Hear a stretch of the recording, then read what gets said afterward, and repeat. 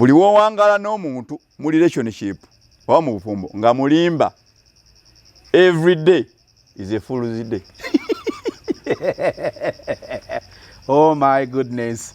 Oliawo olina omuntu mu relationship naye buli olukya honestly speaking waliwo byokkiriza nti bino yabinimba n'okibala kino n'omusonyiwa nanimbye n'obeera omusiru yes buli lunaku yeah.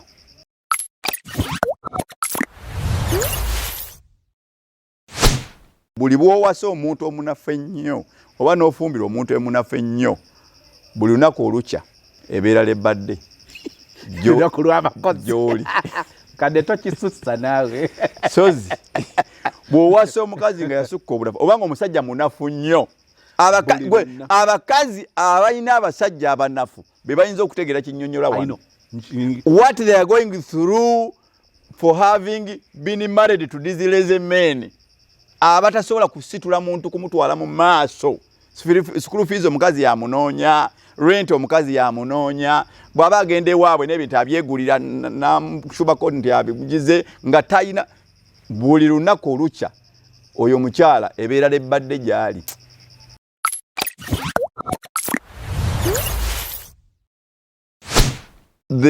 Tuyinamu ne compulsory subject omanyi bwe twali tusoma baatugambanga nti ebirala byonna bwe binabakalu bwe bayinza okubireka naye wekiratuuka ku mathematics eyo compulsory paper buli muntu alina okukola paper y'okubala kati mu mukwano oba mu relationship paper y'okubala ogimanyi in a school mathematics in a school of love the mathematics paper is love. Once you don't have love, then you fail the compulsory paper. Kasa wenfula senkagale newefula principal tula wanseri gola wodogede gwete wampulidde nagambye kino n'okugwa compulsory subject nakyo olusi performance yene walala naye ine engeri gyebanga anti era bakugamba nti bwogwa compulsory paper neno ewalala bakutoolako tekibalance. Yes.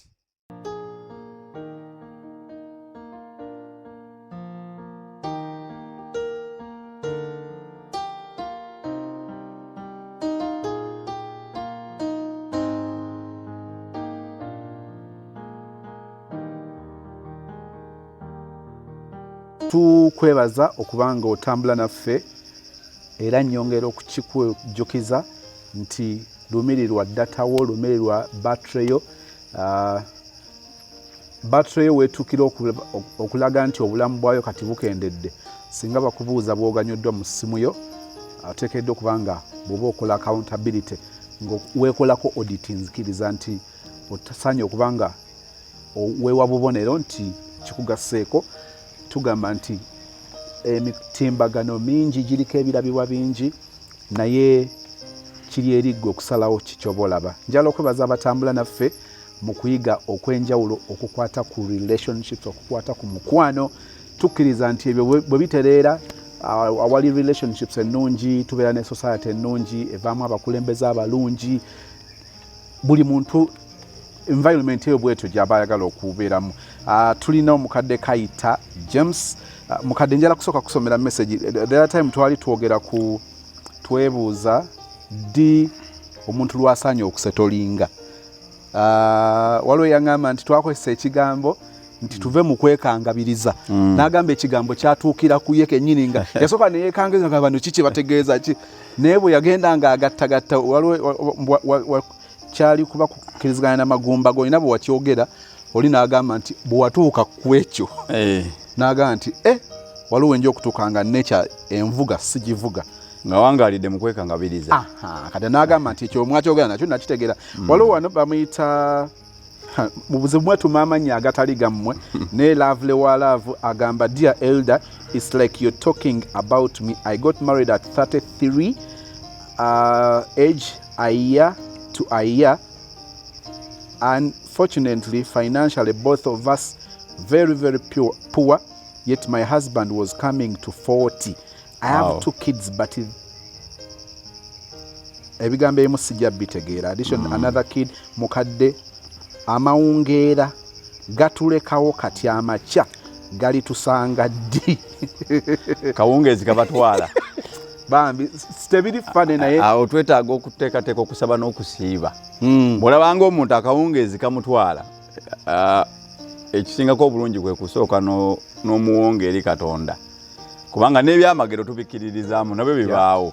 Yes, sometimes the age is just a number n'onkadde emikisa giba wansi naye Katonda asobola okukola ebyewuunyisa. Sometimes age is just a number naye emikisa gibaawa. Yes, emikisa gibaawo. Okay. Age is just a number. Emyaka tegikumalangamu neweewanika ku muti olw'okuba ennangamuntu ekulaze nti oyingidde 5. Katonda asobola okukola ebyamagero oba okkiriza nti bisobola okukyuka. Nambalirwa Lukia tweyanza nnyo Elder Kaita otuzizza bujja abamu emyaka egigenderedde. Mukama akuwa omukisa. Naye bannange no kamuleke nomuleka kubanga yalaga bimuyitiriddeko. I want to settle when I'm 28. Hope it won't be too late. Kabanda oba muwala oba mulenzi si wabi emyaka si wabi. Pioneer agamba seriously I am 40 plus and I have kids not married cause fear okukyawa naye I want to settle naye mama. The show is interesting. Thanks Mr. Soza and Elder Kaita for the educative shows. Nakazi Juliet. Okay. Mukadde tusaba osooka obabuuzeeko mu mikwano gyaffe abo abalungi abatulaba era abatugoberera mbalamusizaako mu linnya lya Mukama waffe Yesu okusinga ddala nebaza Mukama abakuumye ate naffe atukuumye. Bw'obanga okyali mulamu essuubi oba okyalirina.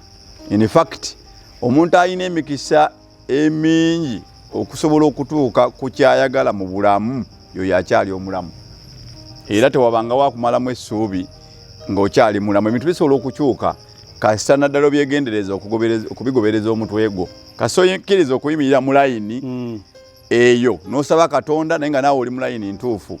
Ekyomutawaana kye tulina n'abavuka b'ennaku zino kwe kuyimirira ku kkubo ly'okuluzi n'alinda takisi. Okuyimirira ku kkubo erigenda ku luzzi naye ng'alinze takisi egenda e Kampala. Awo waliwo obuzibu bw'amaanyi kubanga tusuubira nti abayita ku kkubo eri baba bagenda ku luzzi naye ate gwe olindi takisi egenda wa e Kampala. Kati awo hopu tekola. Awo teri hopu. Waliwo ebintu ebitajja kubaawo mu bulamu. Mukadde olinga agamba nti waliwo abantu abali mu bifo ebikyamu. Yes, nga bali mu bikyamu naye nga balinze byamagero. Mulimu ebintu ebitasobola kubaawo in life. Nti kino okubaawo omala kola kino ye formula y'obulamu. That is olina okuyiga okuvunula obulamu. Tosobola keera njano ntandika kunoonya kutambula ku byalo kubagamba nti bannange munfunire ku ddagala omwana abuzi naye nga towasanga kugamba ekyo tekisoboka tekiriyo. Obulamu bulina formula kwe butambulira. Waliwo by'oteekeddwa okukola then ebirala ne bijja ne biryoka bijja. Kakati ekibuuzo kyange kiri nti bw'obanga oli mu kutulaba bw'ogeraageranya ky'oyagala ne w'oyimiridde bw'ebanga ye stage w'olindidde oli ku stage ntuufu. Awo waliwo ebibuuzo bingi. Waliwo statement z'oyinza okukola omuntu bwe yeekubamu tokinaga naye ndi ku kyoba gwe w'olaba awo oli wakwatagana nekyolinze. Abantu actually ebintu ebimu bino byangu okukola ku assessment. Otegeera osobola okuwangala n'omusajja emyaka 7 naye nga naawe bw'olingiza mu mutwe gwe temuli nnyumba naye ate obulamu bw'oyagala kubeera naye nga ebimu ku ebirooto byo kwe kulaba nga mufuna amaka naye gw'otunulamu oyagala kufuna maka w'onookuliza baana bo n'abagenyi nawe n'abeera maka naye bw'omusajja oyo g'oli naye omulabamu ennyumba. Waliwo omutwe gw'olabanga ekyamazima olina gusaasira busazi naye nga temuli ki. Omutwe gw'omusajja wo togulabamu nnyumba naye ebimu ku birooto byo kwe kuba n'amaka amalungi. So oli ku stage enkyamu oyimiridde ku kkubo ligenda ku luzzi naye ng'oyagala olowooza nti waliwo takisi egenda okujja ekutwala e Kampala.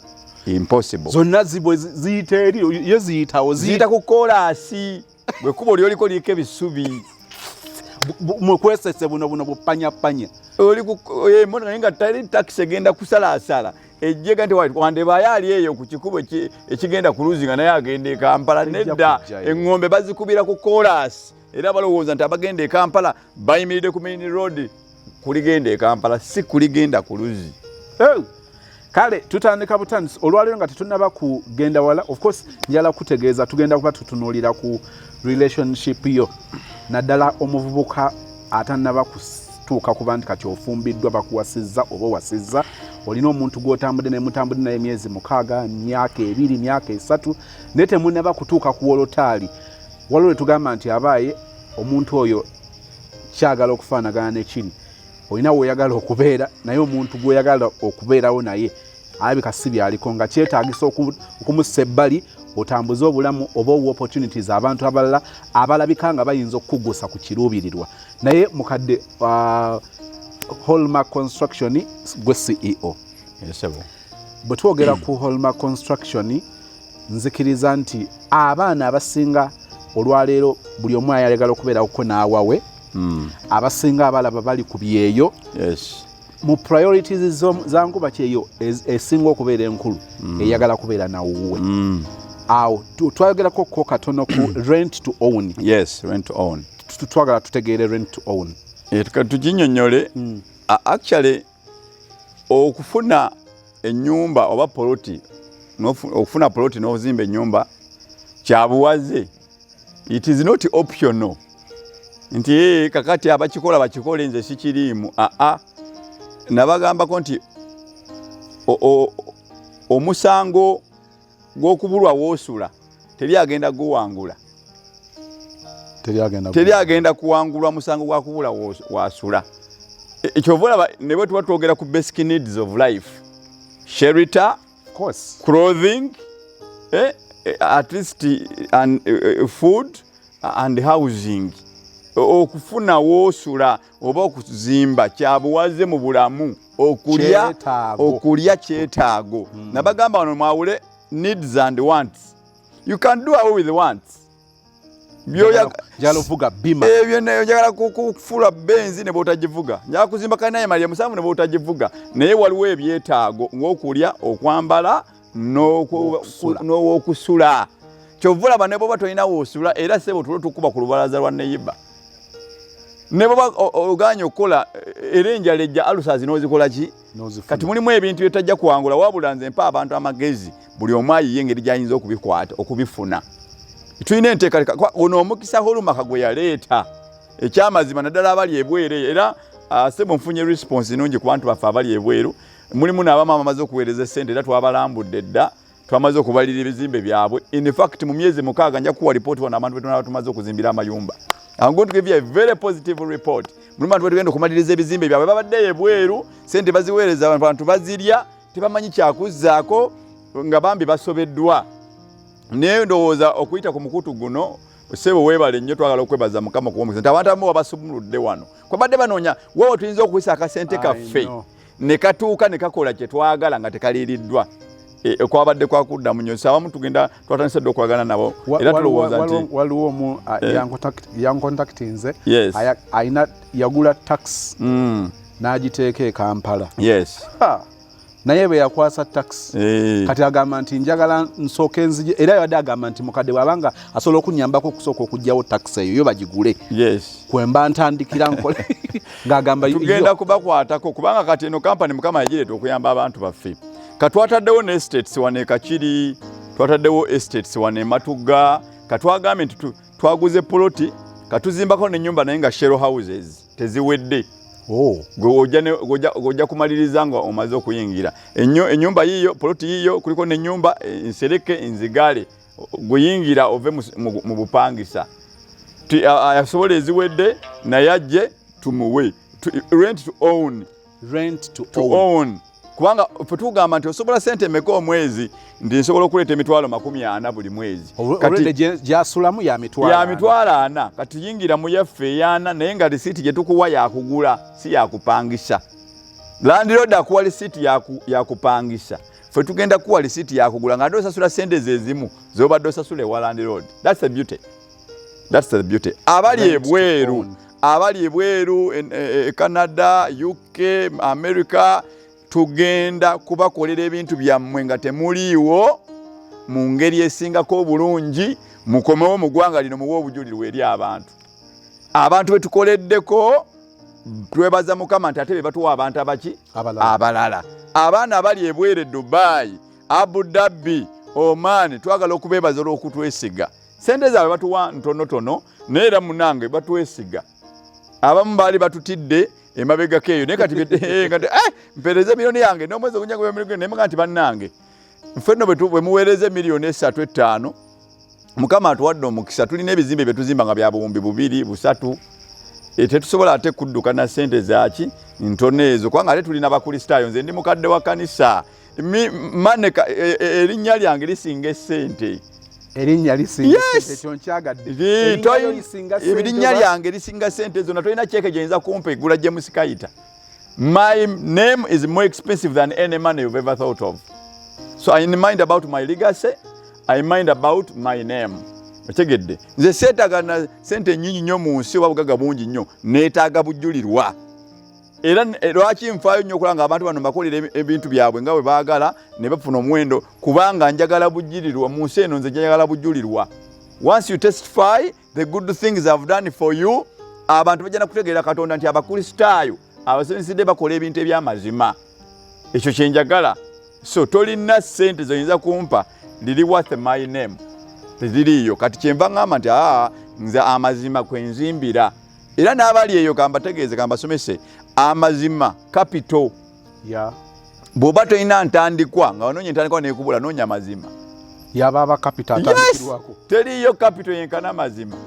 Ffe twatandika mpolampola wano tubeera tuzimba. N'okwata essimu bw'oti n'ogikuba e Masaka. N'okukubira mwami muto e Masaka mpaayo sementi awo trailer. N'okuba e Masaka tuweeyo emitayimba gya miliyoni 5. Toyina cheque tosasudde sene essimu yo olwokuwa essimu gy'okubye abantu bamanyi nti bakuwa ebintu byabwe sente ozikola otya. Amazima makulu nnyo. So nammwe abali ebwere eyo tubeebaza era nammwe mwatwesiga lw'amazima gaffe. Leero tutuuse ku level gye tuliko lw'amazima. Era bw'oba oliyo nga wadde oweereza sente ne bazirya, obadde ozimba ebizimbe ne babikomya mu kkubo. This is a company that can help you to achieve your dream. Ffe kye tuliko kati omuntu atuuka atya ku kirooto kye. Abantu bali eyo ebweru mwe musigala eno mu Uganda mulabanga abali eyo mu mirembe, abali mu soft life. Naye kambabulire kankubule mwami Sozi, abantu sente bazifuna mu bugubi n'abagenda eyo ebweru. Abantu bali mu muzira, abantu bali mu biyumba. Omuntu wotuko okulekera ewammwe. Okuva ewammwe n'ogenda mu nsi endala. That is a decision ey'okutoba. Kati omuntu atobye ate omuggyako otya sente ze. So no ffe twatandikawo enteekateeka eyo. Abalina ploti nga ziri wano Uganda nga bazigula dda. Twabagamba gwe sasula emitwalo 3. Bw'oba oli mu Kampala wano, Mukono, Mpigi, tugende tulambule ekifo kyo. Bwe tumala okulambula emitwalo, kati oli mu kutu breaking down emitwalo gina 3. Emitwalo 3 bw'ozisasula. Naye ng'oli Mpigi, Mukono, Kampala, Wakiso. Ab'e Masaka n'okudda eri sente zigenda zeeyongeramu okusinza ku kifo gy'okola ki? Gy'ova. Naye sente ezo tujja ku kifo kyo physically. Tusuke tulambule tulabe ploti gy'otugamba ne byeyagala okuzimbawo bikwatagana. Oyagala kuzimba mu maka naye ate ploti yeekomba ku koolaasi. Bebaka ku koolaasi. Kugamba ne tukuwa amagezi nti wano walina kuba amaduuka so si makaago. We will give you technical advice. Ne tukugamba nti omanyi wano wagula ploti ku Entebbe Road. Enkumba ne ennyumba z'enkumba tezitunula mu east, zitunula mu west. Buli kyalo ennyumba zina gye zitunula era waliwo ensonga ez'amazima lwaki ennyumba etunula gy'erina okutunula okusiza ku kyalo kwetudde. That's why nti tukola plans. Ewe nabiri kugira emitwalo 3. Ne tumanya tukola kye tuyita sketch plan of the house kyoyagala okukola. Then plan eyo mwe tujja embalirira ne tukuwa akatabo kakembalirira nga kawedde. Bwe tumala okufulumya emitwalo 3 tosasula ndala. Embalirira bwe mala okufulumya nti zino miliyoni 6 ze zigenda okwetakisa okuzimba ennyumba yo. Twagalako 50% of that money. Ze miliyoni 3. Ze miliyoni 60. Bw'otuwa miliyoni 3 nga 50% ng'ennyumba yo ya miliyoni 6, ffe mu nnaku 9 tukuwa amaka agawedde Sozi. Emyezi 3. Emyezi we give you a finished house. Bwe tumala ogikukwasa zino ze tukuteereddemu 50% yasigalayo ng'ebbanja tukuwa emyaka 3 okubanga okomyawo mpola mpola sente zaffe ezo ziggweyo naye nga twakuwadde ennyumba kye tuyita kibanja mpola. Omaze okufuna kye wali oyagala kaakati tukuwadde ekintu kyo nga kiwedde kati osasula mpola mpola mu myaka 3 kye kibanja mpola kye tunnyonnyola. Era njagala kubategeeza singa mutunulira kati abantu betwazimbira omwaka oguwedde bafunyemu nnyo. Abantu betwazimbira amayumba omwaka oguwedde nga tugeze ennyumba ya miliyoni nga 7. Leero ennyumba eyo eri mu miliyoni 12. Lwaki? Last year cement yabadde wa mitwalo 2.4 wane Uganda. Leero wetwogerera cement ayingidde emitwalo 4 akasawu. Neba na ye cement. Kati ndozo kiraba akatayimba akali akemitwalo 2.10 katika mitwalo 5. Tegeza abantu yakwesa emiliyoni 6 last year. Yes. Okuzimba. Kati miliyoni 10. Olwalero yetaaga okwesa miliyoni 10. Material dabolinze olwa inflation eri wano kati. Mu bbanga lino. Kati omulaba abajja mu holumaaka nti basiko walinze. Ndoza nti n'obugagga kubana kusalawo decision. Mulimu era abantu abalina esente ngeza abo abajja naye ne basigala nga bo bakyafumitiriza. Ne bagaana okulowooza amanyi byanjawulo. Kakati bali ne basalawo ne bajja twabazimbira ennyumba zaabwe zaggwa eb'emitayimbwa gyalinnye oba sementi yalinnye bo tebibakwatako ebizimbe byabwe byakola bitya. Kati n'abali eyo nga olina bw'oba nga gw'olina enteekateeka gy'obadde oyagala okuzimba abantu bagenda ne bafuna sente mu banka ne bawola sente ne bagenda ne batandika okuzimba ebizimbe ne babikomya wakati ne bikoma corporate bank emubanja gundi loan erinya interest eri waggulu bwe bamuwenkaaga zonna tezagenda ku nju. Exactly. Yasooka n'akolako awe kwekulisa. Andi akati munnange ogenda n'owa omuntu okuzimba ennyumba n'omukwasa miliyoni 4 n'ogenda ayina ebizibu bya school fees balina amabanja bana abasajja baffe basiba obugogwa ku mpale. Enze naku zino nabagamba nti kambasomese mbatwale mu kampani nga bayize mbawe emirimu egitegeka kubanga ekizibu ekiriwo ky'abasajja abo abatawanya abantu baffe bana bali naddala ebweru nti agenda okumuwa omulimu gw'okuzimba ennyumba ye ng'amaze emyezi 6 nga tafunanga mulimu. Yazimba akayumba mu Oktoba 2021 kati egyo emyezi yonna abadde atudde wansi nga takola talina site ndala abadde yeewola bwewozi mabanja here and there kati oze omuwadde miliyoni za 3 akuzimbire okasuse mu biwundu. So ewaffe mu hallmark buli mwezi tuba ne project buli mwezi tuba ne tetutuula because abantu batwesiga ate company nene tukola emirimu egikola ki egitegeka kati abo process eyo gitwayisemu okuyamba abantu n'abatalina ttaka gwe tugambe nti sirina poloti ne nyinako ekitundu tugenda kugikuwa tugambe nti ennyumba yange yakoma corporate neta kugimaliriza ne bwebanga ennyumba ne bweba teyaggwa tubuulire biki byagala okumaliriza ffe tubale ebyetaagisa okumaliriza ennyumba era tujja kukolera ku kibanja mpola naye nga mu kumaliriza ennyumba ne bwe weetaaga kusiga langi na kusiba tayiro tujja kukolera kyonna ekyakulema at 50%. Ate mu kiseera kitono ennyumba bw'eba yakoma corporate tubalirira ebibulayo nga tutandika na kusereka kuggala tayiro langi ffe tugitandikayo tugisanze ali ku 0 tumutandika ku 0 ali ku 20% tutandikiraawo okitegeera ali mu general ward tumujjanjaba nga general ward ali mu ICU naye ne tumujjanjabiraawo kubanga twagala kuyamba ku bantu baffe batuuke ku kitundu naddala mu abantu abali ebwere abandaba nze nfa nnyo ku bantu kubanga wane Uganda abantu bakimanyi nti abantu babonaabona nnyo ebwere eyo munakukulira kasente n'aweereza sente family ne bazirya ne bamunyumiza emboozi senga yalwala aniya gundi twajjanjaba jajjaawo yenyini yazirya naga kali muwala ntwala mukomera yes nsiba naye ekyamazima naye nammwe abantu baffe mumanyi embeera eri wane Uganda mulekera okukema abantu kati hallmark weeri bank account oba oyagala kuweereza mu bank account nga tugikuwa bw'oba oyagala kuweereza sente ku simu kati tuzifuna ne ku simu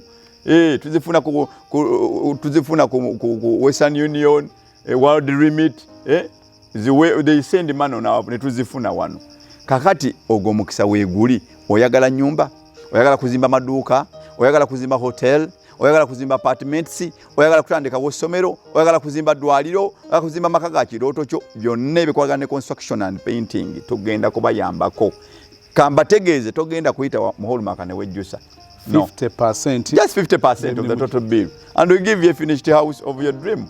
We give you a project of your dream.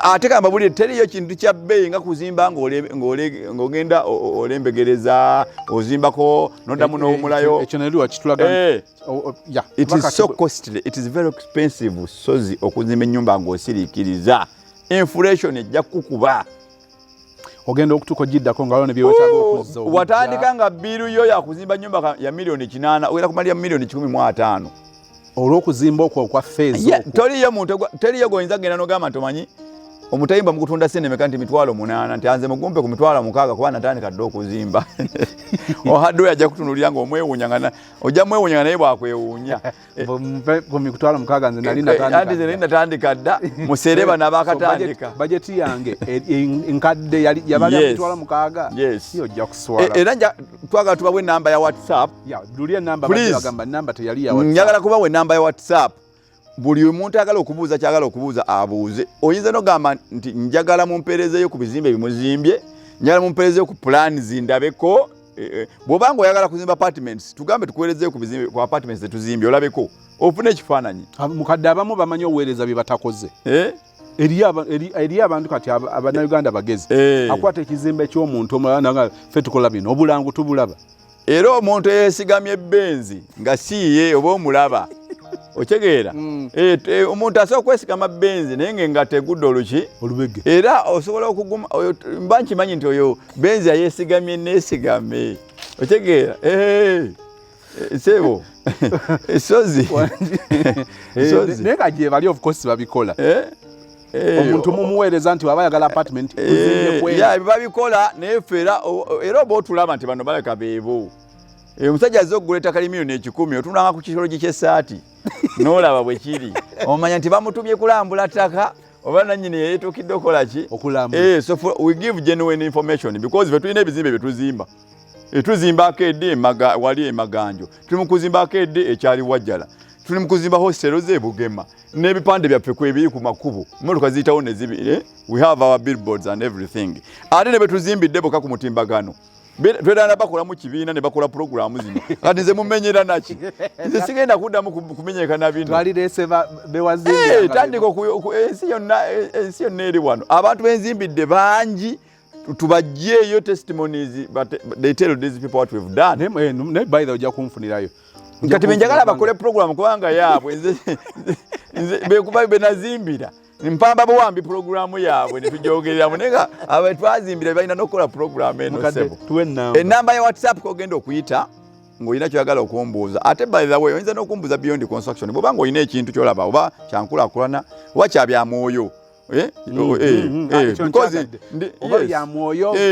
nze kasa tombuuza oba enkuba etuuseewo Uganda naye bwobanga olina ekibuuzo oba kya bayibuli kwanze ndi mukadde wa kkanisa njigiriza eddiini ndi musomesa wa ddiini oba kyabyamwoyo yagala kyolina kibuuzo kyawo okubuuza oba kyabyankulaakulana kubanga nze ndi mukulembeze wa kkanisa ate ow'ebyenkulaakulana okegere obyenkulaakulana jjajja w'abakkiriza Ibulayimu yalina abakozi 1,000 teri mwavu alina abakozi 1,000 okegedde baba bagenda kukola 1,000 wakazi jjajja w'abakkiriza so nabagambako nti poverty is not identity ku Christianity obwavu si kabonero ka bukristaayo nnyo ng'ate obukristaayo bwavu bulina kubanga butya nayo era nze abamatera okuŋŋamba nti simanyi wealth is the source of all evil nange nemaga nti poverty is the source of all evil kubanga era nebivudde mu bwavu si biki ebibi ebingi biva mu bukiso tutuleme kwekumira mu kifaananyi ekyo tulina naye era omwavu azikirira bubi kubanga ebibala by'omwoyo tebibaawo so ebyeddiini n'okulaakulana tulina okukulaakulanya abantu baffe n'obufumbo butagala lwa butakulaakulana obufumbo obutakulaakulana butagala kati yita ku namba yange ya WhatsApp 078 45 96 16 0782 45 9616 eya Airtel yesembyayo 15 abamanyi okujja kunoonya ku Airtel nedda Airtel teri ku WhatsApp sijja kubeera ku WhatsApp ku simu zonna naawumula muddi abagala WhatsApp mwite kwemuti nakikola nkigenderedde enamba eyo ogiraba ng'eyitawo wansi awo ndowooza kino nakyo tukusigidde ekifaananyi twagala tubeere wano nga twogera ku laavu ng'ebirala bifa ojja kubeerawo tojja kutegeera laavu ya musajja nga sayiti yo eri awo etudde butuuzi nga buloka zikulukuta laavu ng'evaawa ejjava tobitegeera mukadde tweyanza akaseera ako nzikiriza nti ekyo nakyo kirina kyekigenda okugattako ekizibu kyo kirina engeri gye kiri at least half solved nti otegedde ekyokukola tugenda bayambako kakati mukadde abaana ab'obuwala buli lwe tutunuulira naddala nsaasira nnyo oluusi abali mu bukulembeze naddala obw'ekkanisa obw'abakristaayo oba obw'abantu ne bwaba chairman ku kyalo chairman okukulembera ekitundu ng'abantu batagala mu relationship obukulembeze bwe bumumenya ndabira ne gye tutambulira yonna ku mirimu n'abatukozesa nabo nga gye tuva tebitambula bulungi nabo basanga obuzibu okutukulembera tebatuuka ku lubirubi balaba tetuteba mu goozi zaabwe olwokubanga tutaataaganye waliwo omuwala ali mu dilema atambuza relationship ng'alina ekigambo kiri ssuubi aba oliawo omulenzi alivaamu ekiramu oba ova oliawo omuwala ono alibaako kyetutuukako naye aliawo avuga ki relationship kyetutuuka okugamba nti oba kivudde mu kubeera relationship nefuuka situationship kakati ate bwe waleeseemu nekiri ekyokubanga omulaga naye siteegi kwenyimiridde yentuufu ebyo nna naabyebuuza ddi omwana ow'obuwala ddi omwana ow'obulenzi kubanga abamu balowooza nti bino bitawanya bawala bokka bitawanya n'abalenzi n'aba n'omuwala naga nandyagadde okusatulinga naye omuwala ono ndaba nga wakyalo ne batambudde emyezi 6 myaka 3 ddi omuntu lwayinza okugamba abange it is enough I have to let it go ntambule n'obulamu bwange nfune omukisa ogusisinkana omuntu omulala kakati ono kyekiseera adde ebbali omanyina bagamba nti when you marry the right person every day is a Valentine's Day. When you marry the right person every day is a Valentine's Day. Yes. Naye katukivunule bw'ofumbirwa bw'owasa omuntu omutuufu buli lunaku lubeera lunaku lw'abaagalana. Yes. Era gwe tolinda ziri ezitolina gwe kaso mfuna omukisa n'ofuna omuntu omutuufu w'owasizza bagofuna mu lwamu obwo buli lunaku olukya eri famire yammwe luba lunaku lw'abaagalana. Omuntu tebakulimba nti omuntu osobola okubeera naye n'otamutegeera ebbanga ddene era omuntu okujjako ng'ogambye nti nja kuwangaala naye nga bw'ali naye kankutegeeze omuntu otuuka n'omutegeera nti ono tetulina gye tulaga n'okiraba kati n'otuula n'osalawo bintu bibiri kampangaale n'omuntu gwe sina gye ndaga naye kampangaale n'omuntu newankubadde tetulina gye tugenda kulaga statement eyo kwabulunsi bagikola bulala simanyi ndewo kulwa abaana they put sugar coatinga. Osobola okubeera n'omusajja nga mulimba nga obulimba bwe tebukiri ku level eno yaba wansi naye ng'alina n'ebbaluwa. Toyinza kubeera na muntu mwaka gumu myaka 2 myaka 3 myaka 4 notakitegeera nti alimba. Kati ate toyinza kuwangala na muntu ebbanga lyonna ery'obulamu obwo ng'akulimba. Omuntu akulimba naye nga n'obulimba tebuwona. Omanyi waliwo okulimba n'omala n'owona. N'alimba olw'embeera. N'alimba olw'embeera naye n'atuuka n'agamba nti owaayo naye mukyala wange kaneeyabye kubanga yeyina okubeera naye mu bulamu olivinga obulamu obulungi nga si bw'oli. Kanzijjemu amalala kanzijjewo pretense neme kwekangabiriza because era ye mukyala wange mubuulire ekituufu kyenkola ki ne waliwo abagaana ne bawangaalira mu buki mu bulimba. Omuntu akulimba beyond your expectation. Omanyi waliwo ne obulimba obusuubirwa nti waaye kamuwemo ajja kukola ki ajja kutereera oyo omuntu olinga agamba nti waliwo ebintu ebimu nga oba oliawo oyinza omugumiikiriza oba oyinza okubeera nakyo. Kati nze ntera okubagamba abavubuka oba abantu abali mu relationship oba abafumbo omuntu atesitese okulimba paka lw'olifa oyo wandibadde omuleka. Singa wanzuula nti omuntu ono alabika ateeseteese kunnimba nga it is a project nga ye ateeseteese kulimba mpaka lw'olifa ate era oba okiraba oba okimanyi. Teriyo mukazi g'olimba mwaka gumu myaka 2 myaka 3 n'atakitegeera era bambasirika busirisi n'onyumya ekibozi ng'akimanyi era oli mu kulimba n'akuleka buki naye wandibadde oyo muntu teweeyongera ye naye mu bulamu because ebizibu ebijja mu maaso olw'okulimba ennyo si biki si birungi. Esozi buli wowangala n'omuntu mu relationship oba mu bufumbo nga mulimba every day is a fool's day. Oh my goodness. Oli awo olina omuntu mu relationship naye buli olucha honestly speaking waliwo byokkiriza nti bino yabinimba n'okibala kino n'omusonyiwa nimbye n'obeera omusiru buli lunaku naye bw'ozuula nti akiteesereso kikola paka lw'olifa manya nti ogenda kubeera mu bufumbo ogenda kubeera mu maka naye nga buli lunaku olucha is a fool's day. Omanyi ne bagamba mu bufumbo when you marry a lazy person buli bw'owasa omukazi nga munafu nga buli kimu n'enjala abayaga bazimusalire watudde nga munafu ekisusse gwe yawasa obanga wafumbirwa omusajja nga munafu tava mu buliri talina kyakuyamba omusaba mutwalo n'akuwa 1,200 nalwo oluusi ne lumubula ayomba buyombi akubuuza oba sabbuuni mumulya buli nga naye bimukozesa ebyo kubeera munafu. Buli bw'owasa omuntu omunafu ennyo oba n'ofumbira omuntu emunafu ennyo buli lunaku olukya ebeera lebbadde gy'oli kadde tokisussa naawe sozi bw'owasa omukazi nga yasukka obulafu obanga omusajja munafu nnyo abakazi abalina abasajja abanafu be bayinza okutegeera kinnyonnyola wano what they are going through for having been married to these lazy men abatasobola kusitula muntu kumutwala mu maaso. School fees omukazi yamunoonya, rent omukazi yamunoonya, bw'aba agenda ewaabwe n'ebintu abyegulira namushubako nti abigugize nga talina. Buli lunaku olukya oyo omukyala ebeera lebbadde gy'ali luba lunaku lwa mukozi. Naye ate mukadde omuntu alina omukisa okutegeera omuntu ekika ekyo nga tanaba namufumbirwa tanaba namuwasa era babalaba oba okiraba teriyo ebyo kankubulire sozi tebakulimba oba okiraba you'll see it.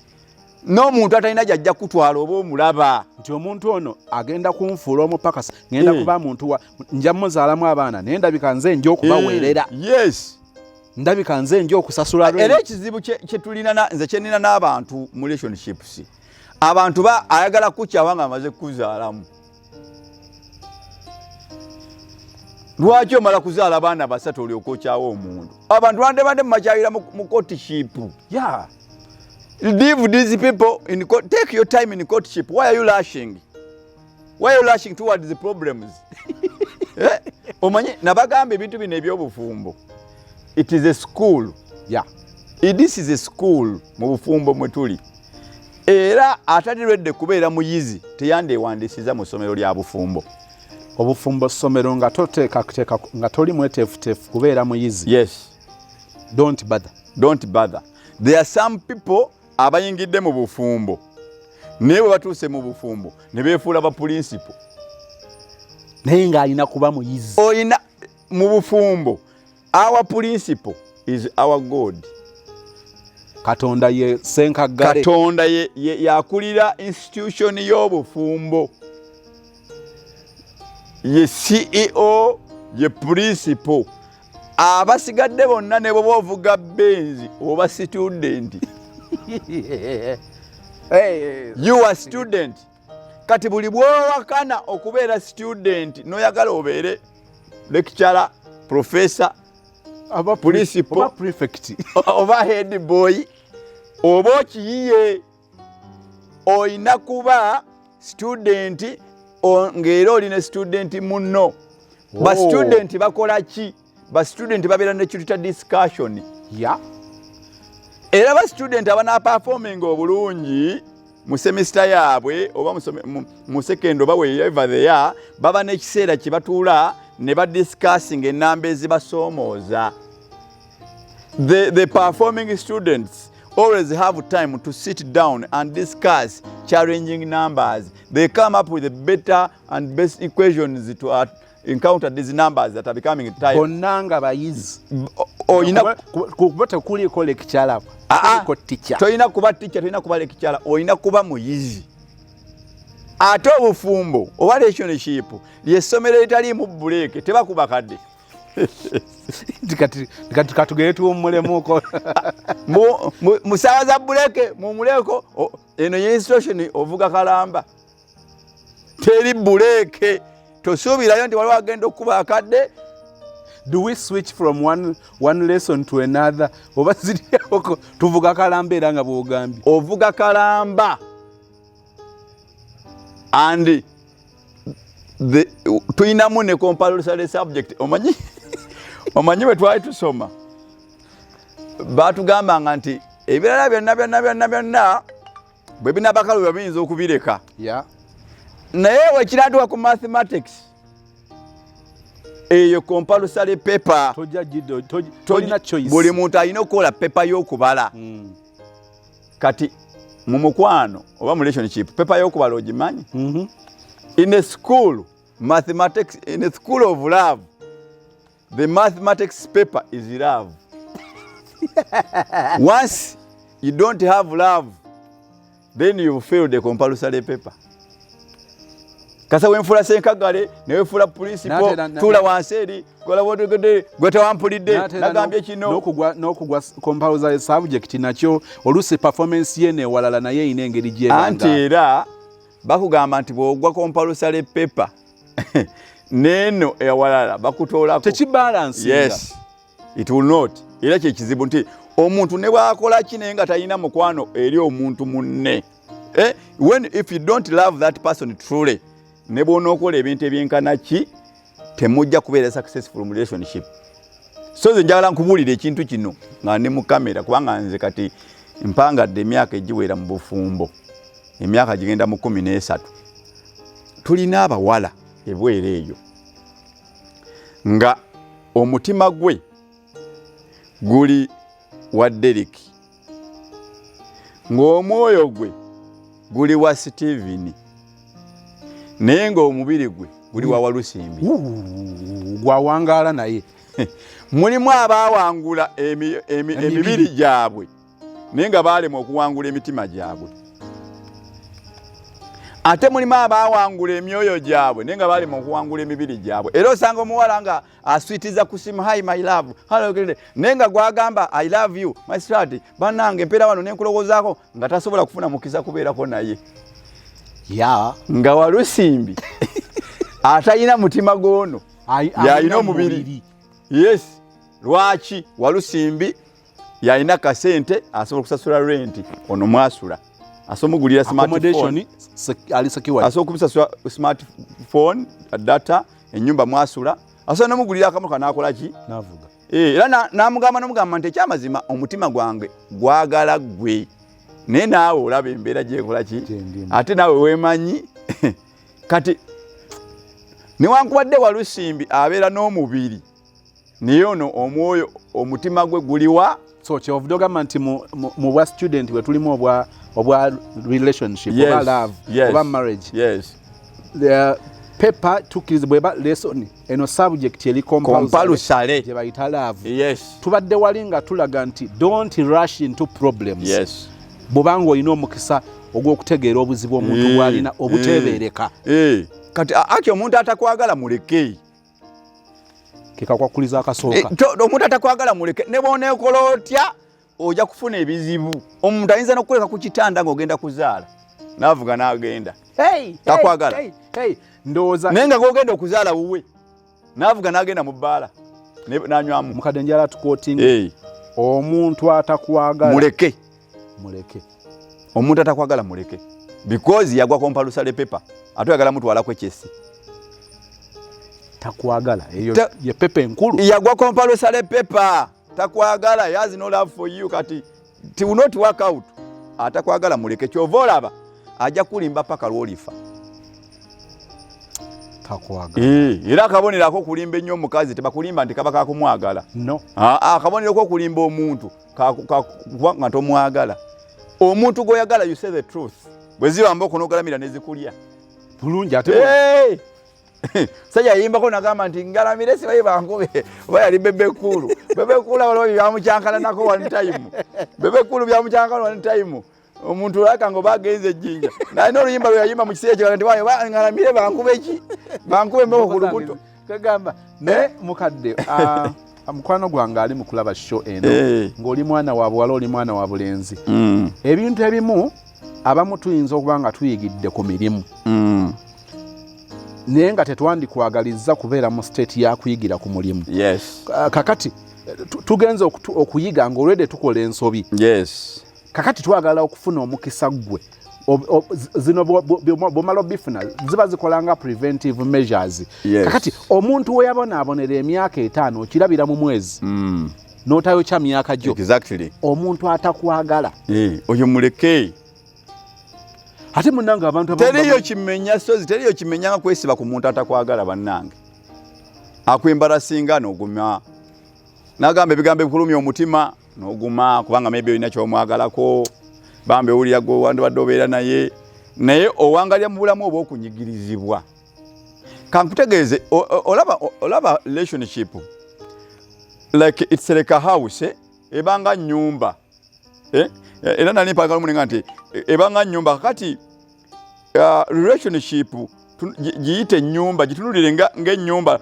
tugenda nagituuma wano ebintu tugende ennyumba ebaako ki ebaako amadirisa ebaako ruufu ebaako kakati foundation y'obufumbo foundation oba relationship ey'obufumbo foundation sigwe musingi erina kuba laavu the foundation waliwo kyetuyita siraabu bwe tuba tuzimba kalina tusitula ebizimbe naye tusooka ntuyibwa siraabu wansi naye siraabu eno bwe tuba tugiyiwa wansi yesalawo emyaliriro egigenda okutuula ku kizimbe abantu kyebava batya kalina nti awo wasinga anti sente oziteekawo naye nga oli taziraba kubanga oziyiwa mu ttaka naye oba olina okukola siraabu ey'amaanyi wansi esobole okuwanirira siraabu gundi floors endala ezigenda okutuula ku kizimbe ekyo ekya kalina kati mu by'omukwano bali mu relationship love ye siraabu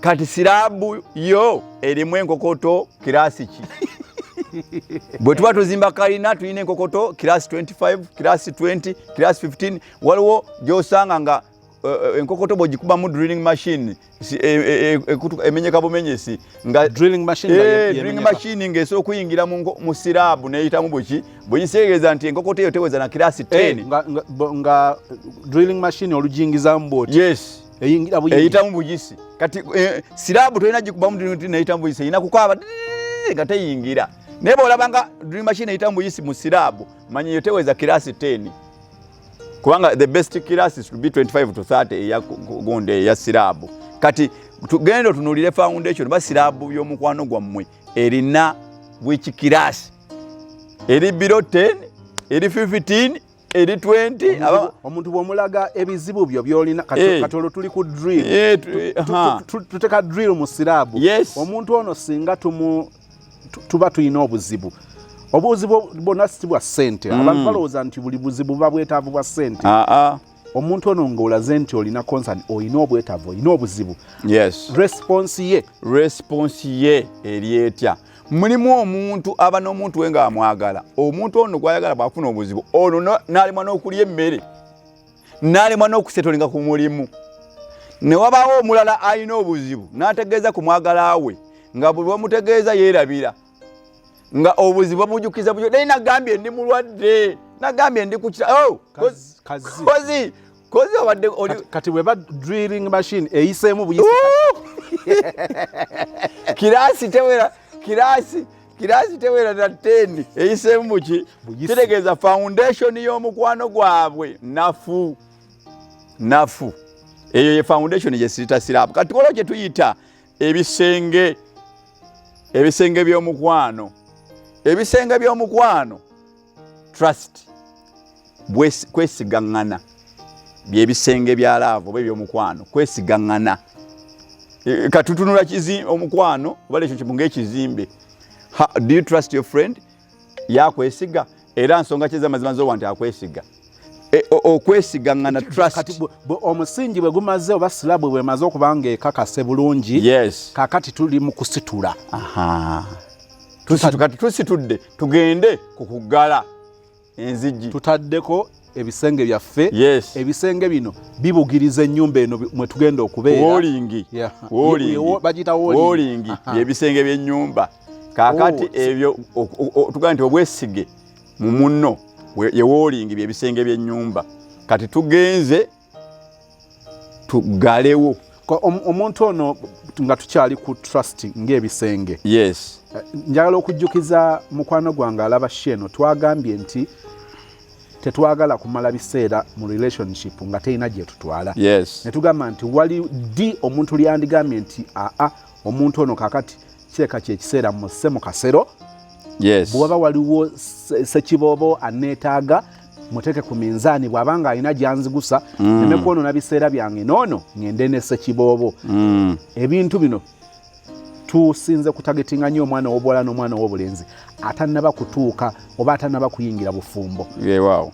zino ze tuyita preventive measures yes. lwaki oyonoona ebiseera byo n'omuntu nga tutandikidde ku siraabu nga gwe mukwano nga n'okukwagala takwagala kata tubawa we are giving you parameters oba bye musinzirako okukola examination mu relationship zammwe nze nkiyisiza mu nyumba nga engineer Holumaka Construction and Painting Company kakati nkugambye foundation gwe muki gwe mukwano kwata drill ogisteke mu sirabu owulire oba eyita mu biki buyisi omanye nti omugwano omuntu omuno omunyenyeemu yes si kunyenya ate kwa bubi yes yes munyenyeemu olabe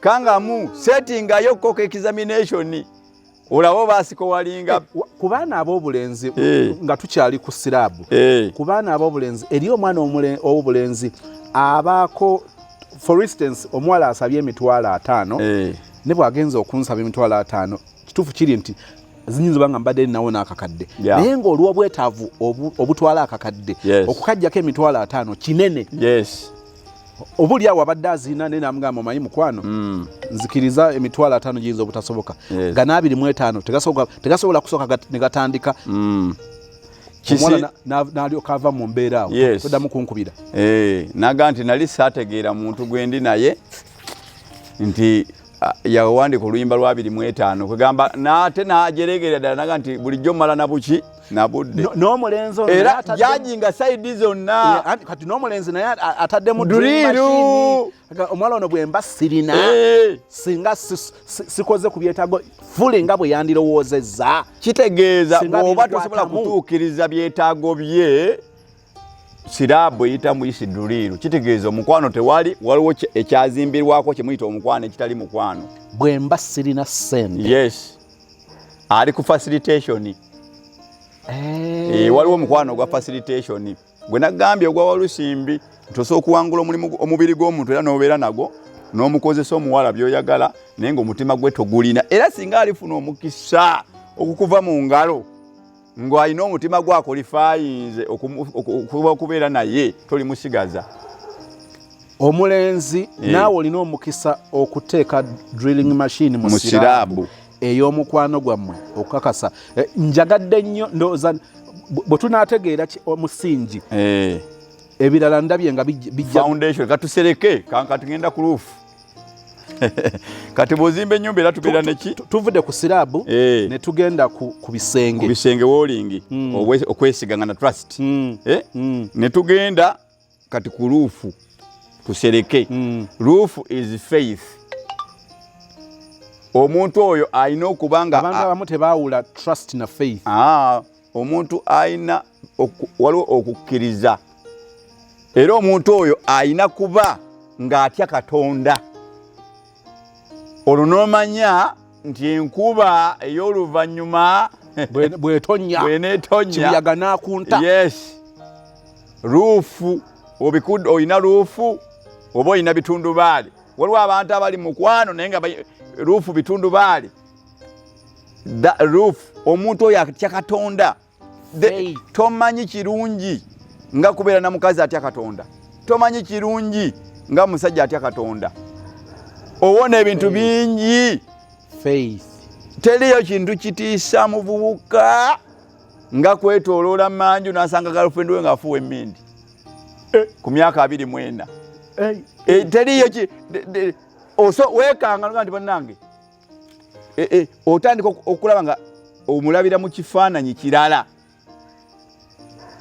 era omulaba nga musambwa era otandika okubaako byosika kubanga akasolya kaliko bitundubaali tekaliiko kutya Katonda.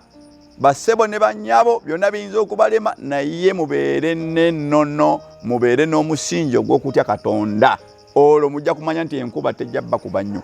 Kati ngenze ku nzigi bwe mala okusereka ye faith ngenze ku nzigi enzigi doors tuvuze sheno nga tulaga omuwala di lwalina okudropinga omuntu ono omulenzi oyo di lwalina okudropinga omuwala oyo bw'abanga bw'atunula mu maaso gy'ayagala okulaga ono alabika si gy'alaga ne tuleetamu ekyokuba ne relationship nga tugigeraageranya n'ennyumba ne tugizimba nga tutandikira ku musingi ku bisenge kugisereka mbadde nsaba ndowooza negenda beera part 2 tetwagala tukupike nnyo oleme bitegeera katupozingire wano mukadde atusabire then tujje ne part 2 katwebaze.